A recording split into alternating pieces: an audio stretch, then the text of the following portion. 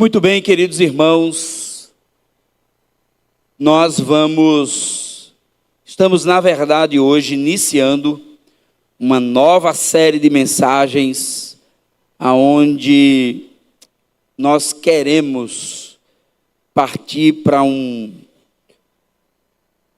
outro momento de reflexão, aonde o nosso desafio será pensar, refletir sobre uma igreja para o mundo, como ser igreja, para que ser igreja no tempo de hoje, com o contexto e as circunstâncias que nós vivemos.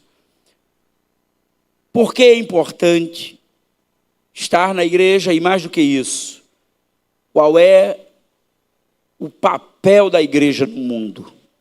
Porque a igreja existe. Há muito tempo eu venho sempre utilizando de perguntas para mim mesmo sobre por que faço o que faço. Por que faço o que faço? E mais do que isso, porque faço o que faço como crente, como membro de uma igreja evangélica, por exemplo. Porque para mim é tão importante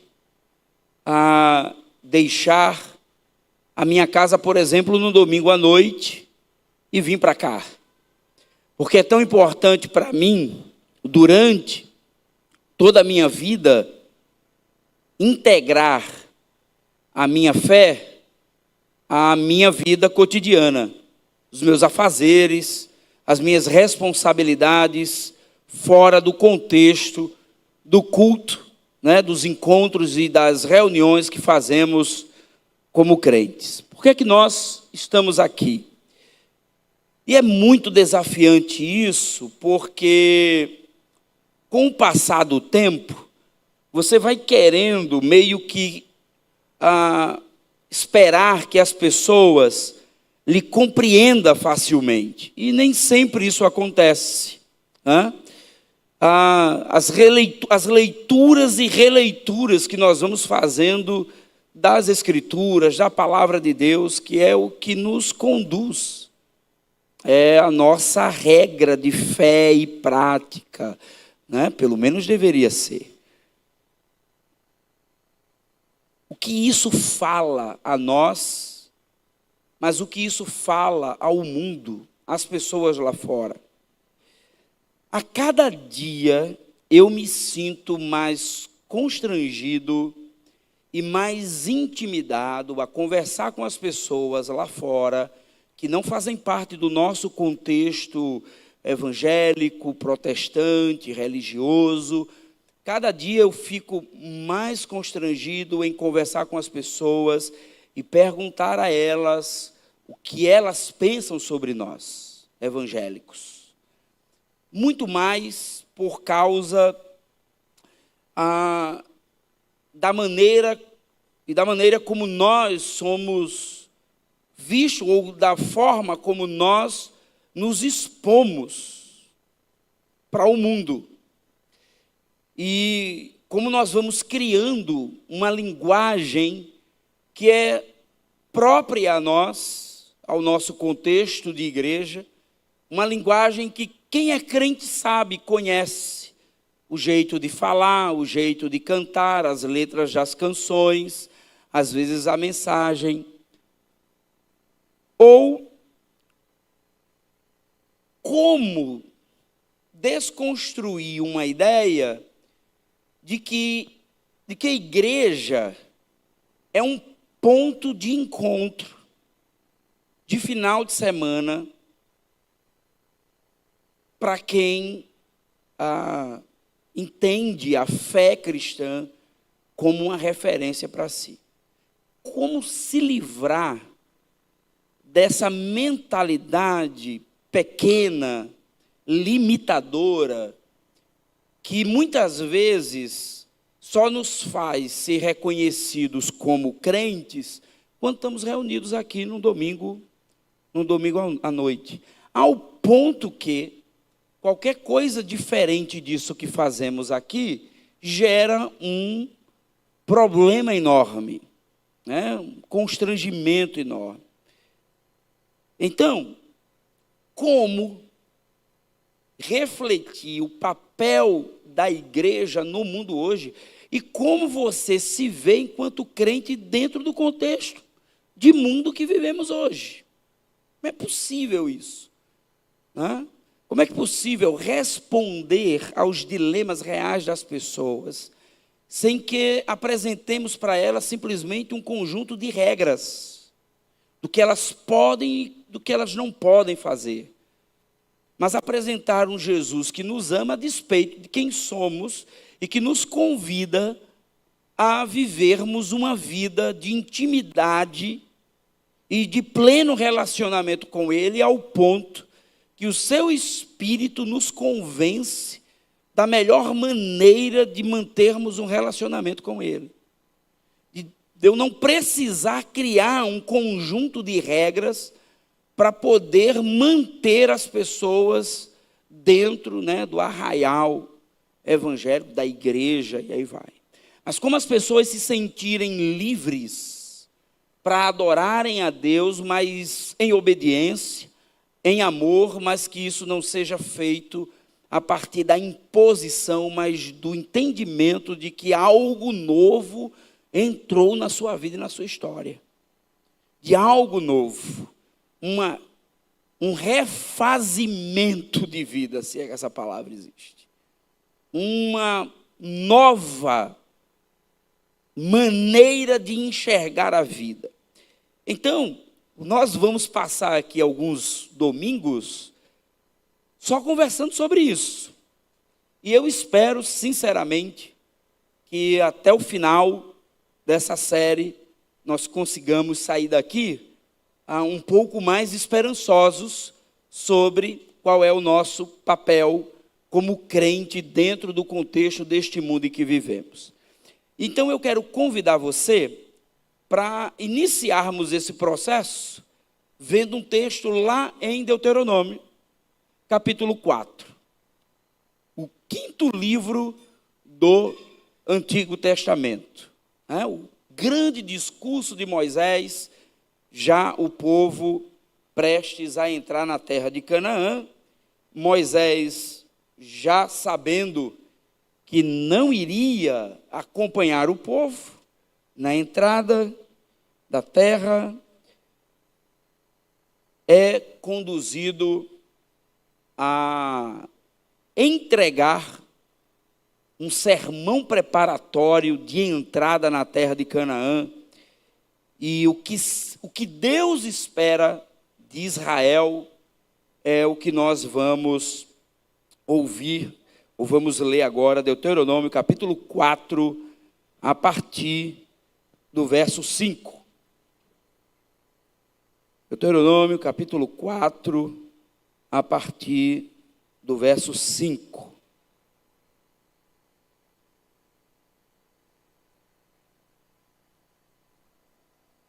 Diz assim, então, a palavra do Senhor. Deuteronômio, capítulo 4, a partir do verso 5. Eu lhes ensinei decretos e leis, como me ordenou o Senhor. Isso é Moisés dizendo, falando, né, no seu discurso. Estou dizendo para vocês aqui quais são, né, vou lhes ensinar, ou lhes ensinei, quais são os decretos e leis, como me ordenou o Senhor, o meu Deus, para que sejam cumpridos na terra na qual vocês estão entrando para dela tomar posse, terra de Canaã. Verso 6. Vocês devem obedecer, ou vocês devem obedecer-lhes e cumpri-los, os mandamentos, os estatutos, pois assim os outros povos verão a sabedoria e o discernimento de vocês. E aí ele diz, quando eles ouvirem todos estes decretos dirão, de fato, esta grande nação é um povo sábio e inteligente, pois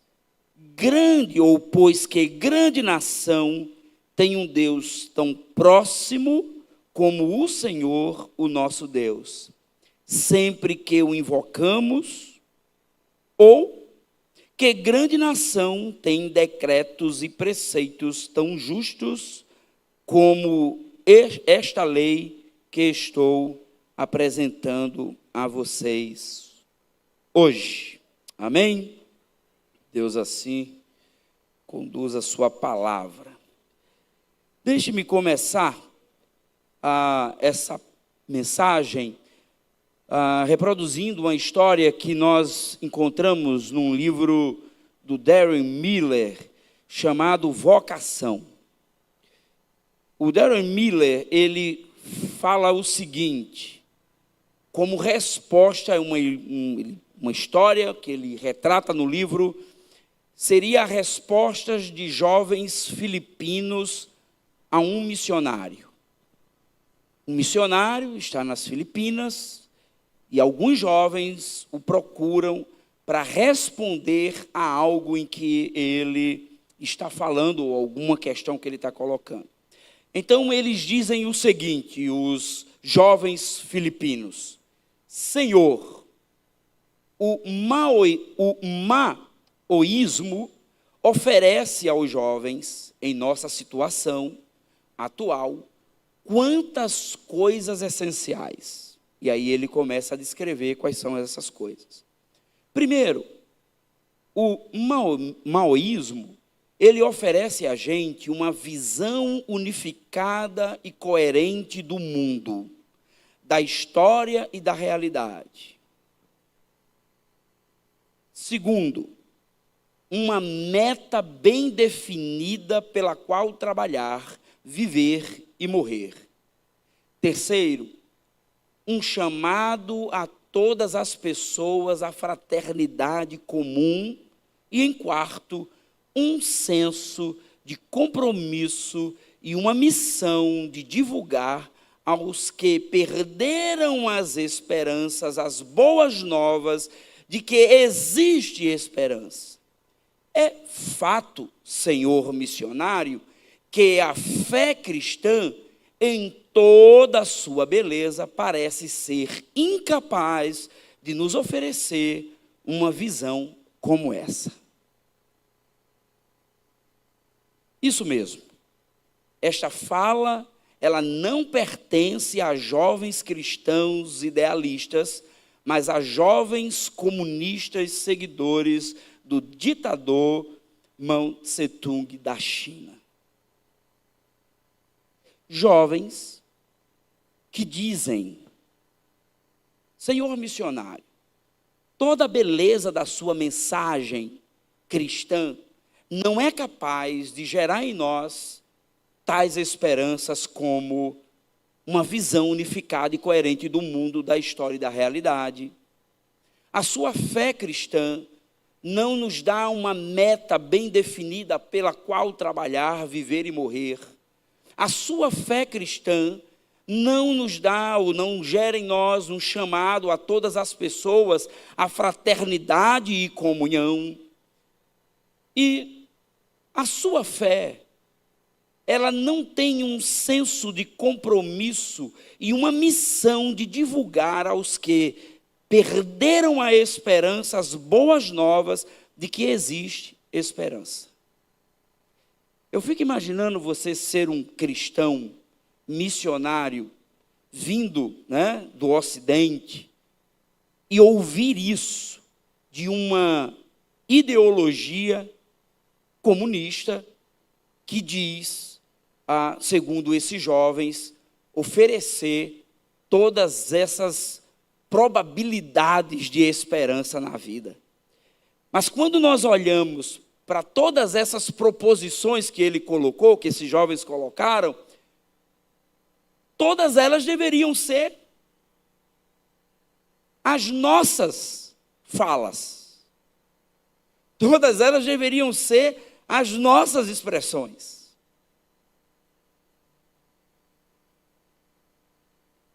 O problema, queridos, e é claro que estas ideias, elas de alguma forma estão alinhadas com os valores da nossa fé. Mas é muito mais assustador quando jovens idealistas, transferindo para uma ideologia materialista aquilo que originalmente sempre pertenceu à igreja. O problema é quando você ouve, e isso aqui é apenas um segmento da sociedade, mais voltado para um modelo de ideologia, né? Um modelo de identificar-se no mundo, mas isso pode acontecer com qualquer pessoa que está fora do contexto da igreja, usufruindo de qualquer uma possibilidade de felicidade. Ele pode dizer, olha, o lance é o seguinte, é muito bacana isso que vocês dizem, é muito legal isso que vocês fazem, é muito bom isso que vocês estão vivendo, é muito bonito a música, a letra, o sentimento, a sensação, né? Tudo isso é muito legal, a gente até fica tomado, emocionado de alguma forma, mas no final das contas parece que toda essa experiência que vocês vivem dentro do culto, né? Esse êxtase, o céu na terra, não consegue alcançar a vida e os dilemas objetivos de pessoas que sofrem no mundo. É muito bom, aliás, vale dizer que é meio que, muitas vezes, os nossos cultos, é meio que uma dose de, né, uma dopagem, para que a gente esqueça do mundo e possamos viver o céu na terra pelo menos por 2 horas.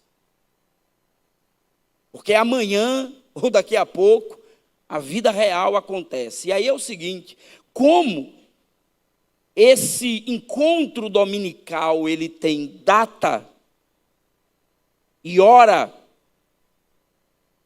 né, de fim, de conclusão, amanhã, quando eu tiver que lidar com o mundo real, com os problemas reais da vida, é claro que eu vou ter que me apegar a alguma coisa.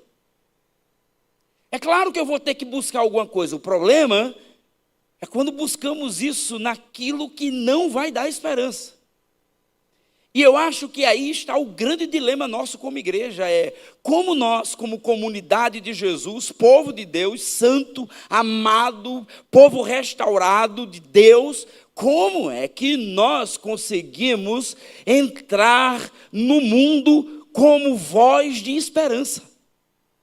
Como é que nós podemos chegar para jovens idealistas, né? Materialistas, marxistas, ou seja lá de qualquer área identitária que ele tiver, como é que nós chegamos para essas pessoas para dizer a fé cristã é a resposta para o seu dilema? Vamos falar a verdade, irmãos, a maioria de nós prefere nem ter que ter esses enfrentamentos. Porque os nossos aportes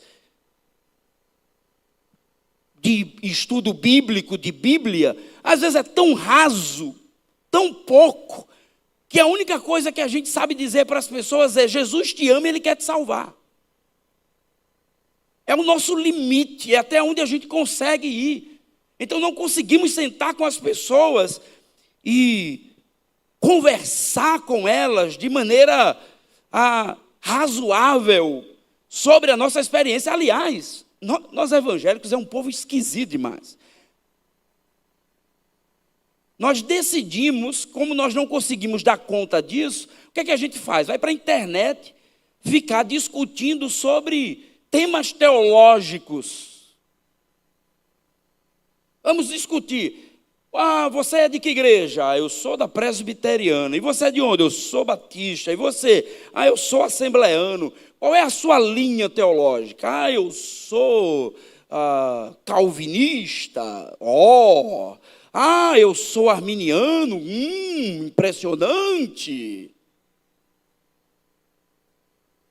Nós caímos na idiotice de nos transformar em debatedores internos, enquanto o mundo está indo de mal a pior. Enquanto a igreja deveria ser um testemunho vivo da presença de Jesus e do seu reino no mundo, nós somos um bando de gente que fica debatendo teologia consigo mesmo. Quando não temos domínio da teologia, ficamos brigando dentro das igrejas por causa das preferências que temos política partidária, ficamos discutindo dentro da igreja por causa do ministério que queremos, ficamos discutindo dentro da igreja por causa disso, por causa daquilo outro, e nos transformamos em uma comunidade que não oferece absolutamente nada. Não responde aos dilemas reais das pessoas, não enfrenta com maturidade, sabedoria e poder do Espírito as artimanhas infernais que se entram dentro das mentes e dos corações das pessoas, e ficamos perdidos no meio do caminho, sem saber o que fazer. Aí vamos fazer o quê? Irmãos, eu perdi muito a minha paciência ultimamente com algumas coisas. E eu tenho pedido muito a Deus sabedoria para lidar com isso.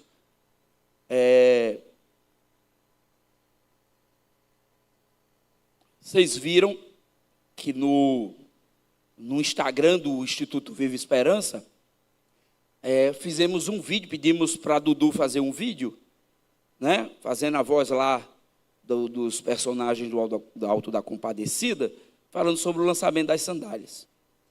E, você sabe, Dudu, ele tem um alcance muito grande, então ele não alcança só os nossos colaboradores, ou os seguidores do Instagram da igreja, ele consegue alcançar. Tanto é que eu estava vendo, estava com 11 mil visualizações só do vídeo dele.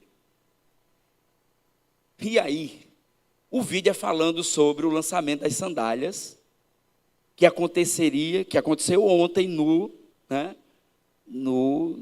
na festa da colheita. E aí alguém ousou colocar lá no grupo, lá nos comentários, disse assim: onde falta Cristo, sobra muita estratégia. E aí eu descobri que essa pessoa, ela faz isso, não só que ela faz isso em vários lugares. Esse é o tipo de crente que a internet está produzindo. De gente que passa o dia inteiro bisbilhotando o que se faz. Para ser ele uma voz, provavelmente, da verdade. É muito difícil manter-se, com a cabeça boa, emocionalmente bem. E eu descobri uma coisa recentemente, e não tenho problema com isso. Eu não tenho estrutura emocional para estar lidando com esse tipo de coisa na internet. Tanto é que tem algumas redes sociais, eu me lembro que na época eu tinha minha conta no antigo Twitter, e eu disse: isso é uma coisa do diabo. Isso é uma coisa infernal. O diabo foi quem criou isso. Ele quer lá esse negócio, aí tirei, acabei. Irmãos, quanta coisa eu não passei esses anos aqui, porque simplesmente decidimos ser uma igreja que, ao invés de transformar a nossa fé em uma espécie de relacionamento interno, decidimos nos envolver com a vida real das pessoas lá fora. Decidimos nos preocupar com gente que não tem esperança, gente que não tem para onde ir, gente que precisa ser inserido dentro de uma sociedade exclusivista, de oportunidades. Aí, por causa disso, agora, nós somos uma igreja comunista. Por causa disso, nós somos agora uma igreja marxista. Por causa disso, nós agora somos uma igreja da teologia da libertação. Eu tenho tanto orgulho de fazer parte de uma igreja que decidiu não ser uma comunidade enclausurada dentro dessas quatro paredes, só fazendo culto. Nós somos uma comunidade que cada dia mais é conhecida pelas pessoas lá fora, porque é uma igreja que comunica o reino de Deus, não só por meio dos seus cultos, das suas celebrações, mas é uma comunidade que anuncia o reino por causa de um projeto como de uma sandália, como o projeto de uma ginástica rítmica, de um balé e de tantas outras coisas, de uma oficina criativa que mobiliza quantas mulheres aqui. E muitas vezes para elas aquele encontro é mais do que fazer uma atividade, é um encontro que ajuda elas a encontrar às vezes um pouco de paz. Paz. Nunca provavelmente entrariam num culto, irmãos. Provavelmente nem se sentiriam atraídas por um culto, por uma reunião como essa, mas fazendo crochê, fazendo alguma coisa ali, elas estão sendo comunicadas ao Evangelho de Jesus, uma palavra, um testemunho.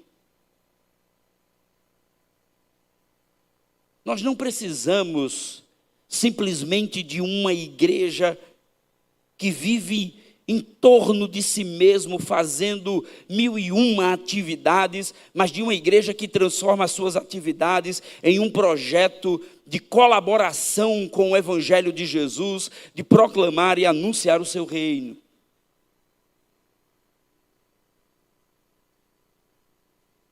Queridos irmãos, há um outro aspecto importante que eu gostaria de frisar aqui, nessa forma de enxergar o papel da igreja. É que nós não queremos, durante esse tempo, falar sobre a importância da igreja em detrimento de qualquer outro problema político, coisa dessa natureza. O que nós queremos é fazer com que você saia daqui entendendo que a igreja, ela tem um papel no mundo. A igreja foi inaugurada, ela entra na história da fé como sendo esse povo de Deus continuado para anunciar as boas novas de Jesus. E aí, veja só, a gente tem um texto de Deuteronômio. É muito interessante porque Israel não é uma nação ainda. Israel não é uma nação. É um bando de ex-escravos que estão tentando invadir uma terra. Às vezes eu fico pensando se Israel fosse hoje. Não, para pensar que eu vou pensar besteira aqui. Vou parar besteira e vocês vão pensar outra coisa minha aqui. Mas vamos pensar, tá lá. Israel, bando de ex-escravos, saindo do Egito para invadir uma terra. E aí, no processo, Deus vai montando o projeto. E ele diz para o seu povo: olha, eu não tirei vocês do Egito, e eu não fiz de Abraão uma grande nação, só para que vocês tivessem um lugar para onde ir, porque eu queria fazer um povo. O meu desejo é que desde o Éden, desde a queda, desde Adão e Eva, com todos os processos vindo e acontecendo, o meu desejo é que, de alguma maneira, vocês sejam luz para as nações. Que os povos que não conhecem o Deus de Israel, o conheçam e saibam quem Ele é. Mas como os povos saberão quem é Deus? Como é que as pessoas saberão quem de fato é o Deus de Israel? Aí, irmãos, está o nosso texto. Porque ele é as primeiras palavras onde Deus está dizendo como ele espera que as nações vizinhas vejam Israel. Veja bem, Deus não tem um projeto só para pegar Israel e dizer assim: ô, meu Israelzinho, vem para cá, fica aqui comigo. Né? Não ligue para os povos aí fora, não. Venha para cá. Eu sou o Deus de vocês, eu sou o Senhor de vocês, eu amo vocês, caminhem comigo. Não, não, não. A razão de Israel existir estava no projeto de Deus de fazer-se, Ele, Deus, conhecido das nações. Israel, portanto, é um instrumento de Deus para que os povos saibam quem é Deus. E esse projeto de Deus, ele continua na igreja. Então, quando você está lendo isso aqui, é o que Deus espera que Israel seja. Portanto, ele diz, olha só, eu lhes ensinei decretos e leis, como me ordenou o Senhor, o meu Deus, para que sejam cumpridos na terra na qual vocês estão entrando, para dela tomar posse. Eu estou ensinando a vocês. Quais são as ferramentas que Deus se utiliza para que Israel as pratique no meio do povo, ou dos povos onde eles iriam viver? Cumpram os meus estatutos e os meus juízos. O que é que está impresso no coração do povo de Israel? Os estatutos e os juízos de Deus. É isso que identifica esse povo com Jeová, Yahvé, Senhor. É assim que o povo olha e vai dizer: tem alguma coisa de diferente com essa gente que invadiu o nosso território. O que eles trazem de diferente? O que eles trazem de novo? Qual é o que é que eles vivem, como eles vivem, que é tão diferente de como nós vivemos? Você percebe? Deus está levando para Canaã um modelo. Deus está levando para Canaã um modelo, um jeito de ser povo, um jeito de ser gente na terra. E ele está dizendo assim: vocês serão o modelo que atrairá as nações. Os povos ouvirão, saberão e chegarão até vocês. Então, a propósito, pensa você e eu saindo das nossas casas todo domingo para vir para cá.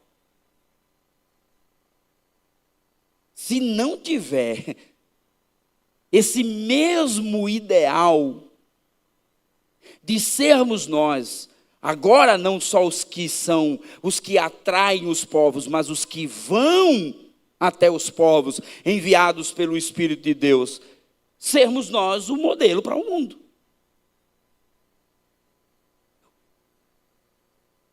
Quem não é crente não está precisando de discurso. Quem não é crente não está precisando ouvir lição de moral.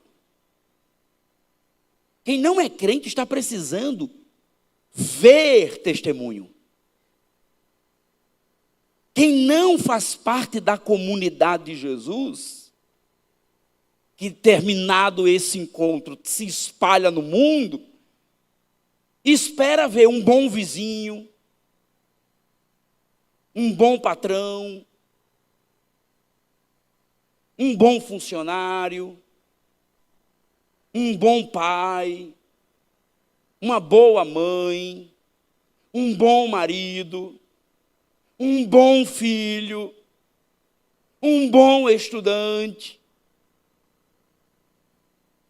O que o mundo espera não é o programa do pregador na televisão dizendo: venha aceitar Jesus, que o Senhor está perto de voltar, e se você não aceitar, você vai para o inferno. O que as pessoas estão procurando ver é: a minha vida e a minha família está um bagaço. O que tem a sua família que é tão diferente da minha? Aí eu vou dizer: a minha família é igual à sua, tem o mesmo problema. Semana passada, eu chego lá, irmão Messias aí, né? Irmão Messias e Admilson são os recordistas de tempo de casamento, né? Mas semana passada, nós completamos 29 anos de casado. Foi muito bom, não vi crente, né? Uma bênção, lá longe, né? Uma maravilha, acompanhei ainda um pouquinho. A gente é tão viciado em igreja, né, que mesmo longe a gente acessa o culto lá de manhã. Mas foi na hora que eu estava acordando mesmo, eu digo: assiste aí, vamos ver aqui a peça aí. Ver aí o evento, a pregação, tudo do culto. Mas nós sabemos, nesses 29 anos de casados, quem nós somos. Nós sabemos o quanto nós somos diferentes um do outro. Irmão, você não sabe, você não tem noção, né? No dia, antes da gente viajar, Micheline estava, eu disse: meu Deus, essa mulher está com alguma coisa. Menopausa não tem mais. Então pode ser outra coisa. Eu no estresse, uma briga dentro de casa, e dava coisa para tudo que é lado. Digo: ô Jesus, chegue logo esse dia para eu acalmar essa fera. Temos sempre problemas, temos dificuldades, mas você sabe qual é a diferença? É que no meio dessa distinção que existe entre nós, com todas as probabilidades de um casamento que pode não dar certo, nós continuamos apegados ao Senhor, dizendo assim: vale a pena caminhar junto com você, e vale a pena ser testemunho para um mundo que não tem esperança.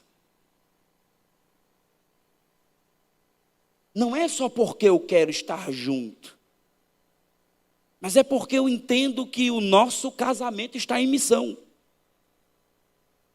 A criação do nosso filho ou dos nossos filhos está em missão. O que nós temos é um dever de sermos nós, com todos os nossos problemas, com todas as nossas crises, com todas as nossas diferenças, sermos nós mesmos uma voz que fala da graça, do amor e da bondade de Jesus. O que o mundo está precisando é de modelo. É de exemplo. E igreja, não tem igreja para tudo que é gosto. Tem igreja para tudo que é gosto. Mas falta exemplo. A profundidade do nosso relacionamento com Deus não passa de 1 centímetro. Fazemos cultos maravilhosos, encontros maravilhosos, teologias pesadas, cheias de verdades, mas no final das contas, somos capazes de abandonar tudo e sermos nós mesmos a voz que contraria tudo aquilo que a gente falou.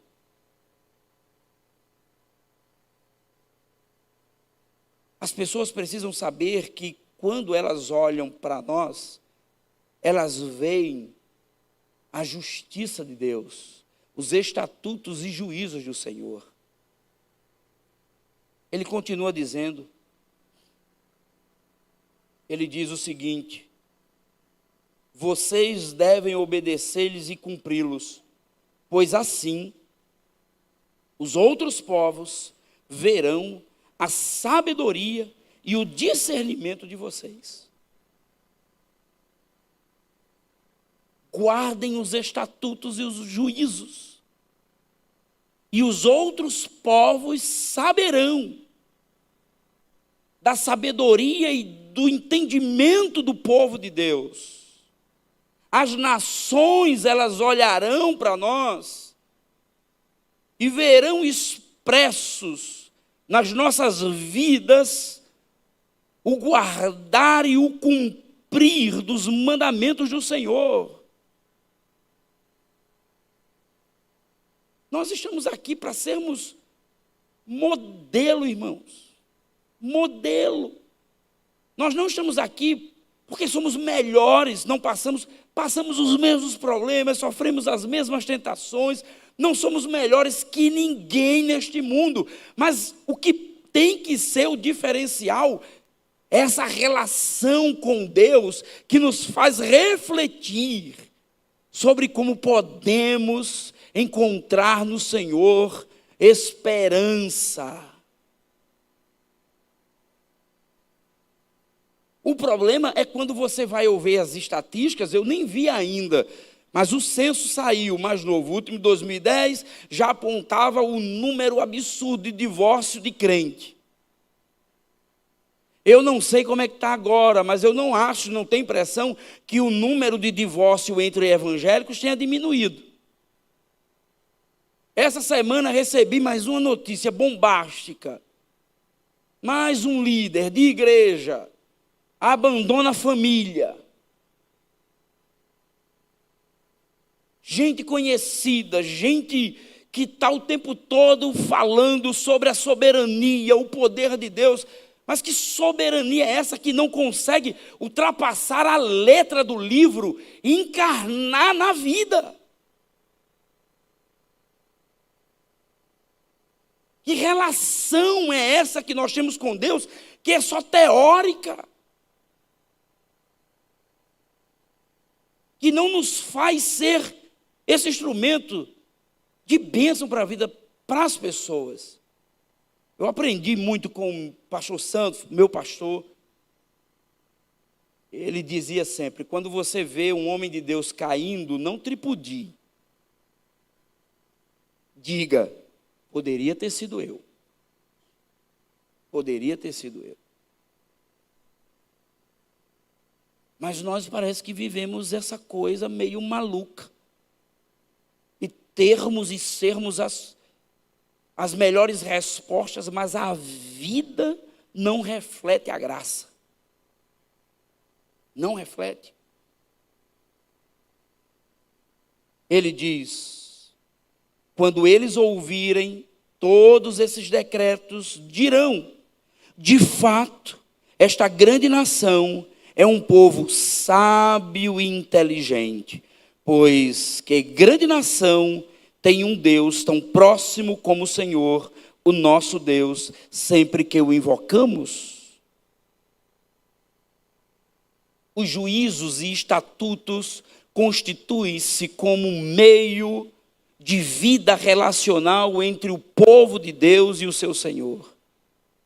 Nós precisamos de mais relacionamento com Deus, de mais intimidade com o Senhor, de mais tempo na presença do Senhor.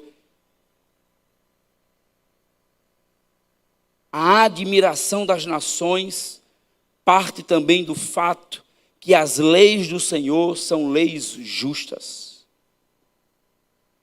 Meus irmãos, o mundo precisa ser atraído, ou nós precisamos ir até o mundo com uma mensagem.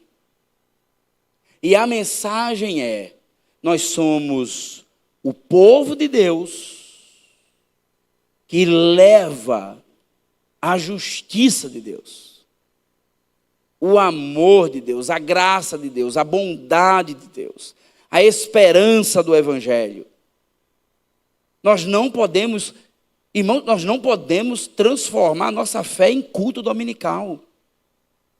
Nós precisamos fazer com que todas essas expressões de adoração e de louvor e de êxtase na presença de Jesus resista ao mundo lá fora.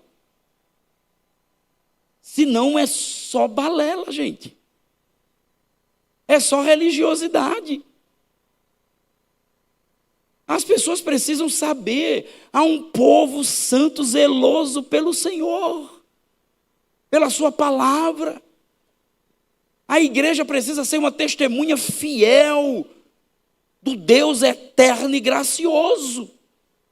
Senão nos transformamos em gente que faz festa e encontro. Então, lembre-se sempre disso. A razão pela qual Deus lhe chamou foi para que você fosse esse testemunho vivo, essa pedra viva, edificando e sendo edificada no Senhor, para que as pessoas saibam que em Jesus há esperança. Há esperança. Que no Senhor nós podemos encontrar paz, no mundo sem paz. Pense nisso. Faça uma leitura do mundo que você e eu vivemos. Nós vivemos num mundo violento. Hoje mesmo, rodoviária, frente à rodoviária, em intervalos de algumas horas, 2 atentados. Um morreu, assim, coisa de metros, um do outro. O cara passou com o carro, pá, pá, pá. Você percebe que mundo a gente está vivendo? Aí a gente tem 2 coisas a fazer. A primeira é entrar na neura do mundo. É ficar desesperado com medo. Sabendo que o perfeito amor lança fora todo medo. Aí ficamos desesperados. Aí a igreja, que é a voz de esperança, que diz assim, sabe de uma coisa? Nesse mundo mau e cruel, nesse mundo mau, violento, nós precisamos cuidar das nossas crianças. E nós precisamos cuidar para criar uma geração de pessoas que sejam pessoas de bem. Aí a gente abre as portas desse prédio, que passa uma semana inteira fechada, economizando energia. A gente abre as portas desse prédio aqui, liga os ar-condicionados e enche de menino aqui, dando a eles oportunidades que ninguém dá. Para que quando eles não atingirem a adolescência, não sejam cooptados pelo traficante, e aí se torne, né, mais um nesse ciclo que não se acaba.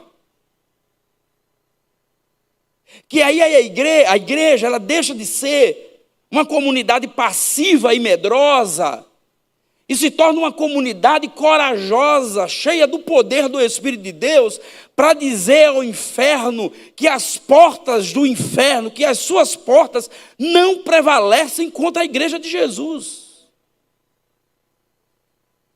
Para que um dia você possa caminhar pelas ruas desse bairro e ver meninos que foram trazidos para esse lugar com valores e referências do reino. Ninguém faz aqui projeto social por fazer projeto social, não, irmãos.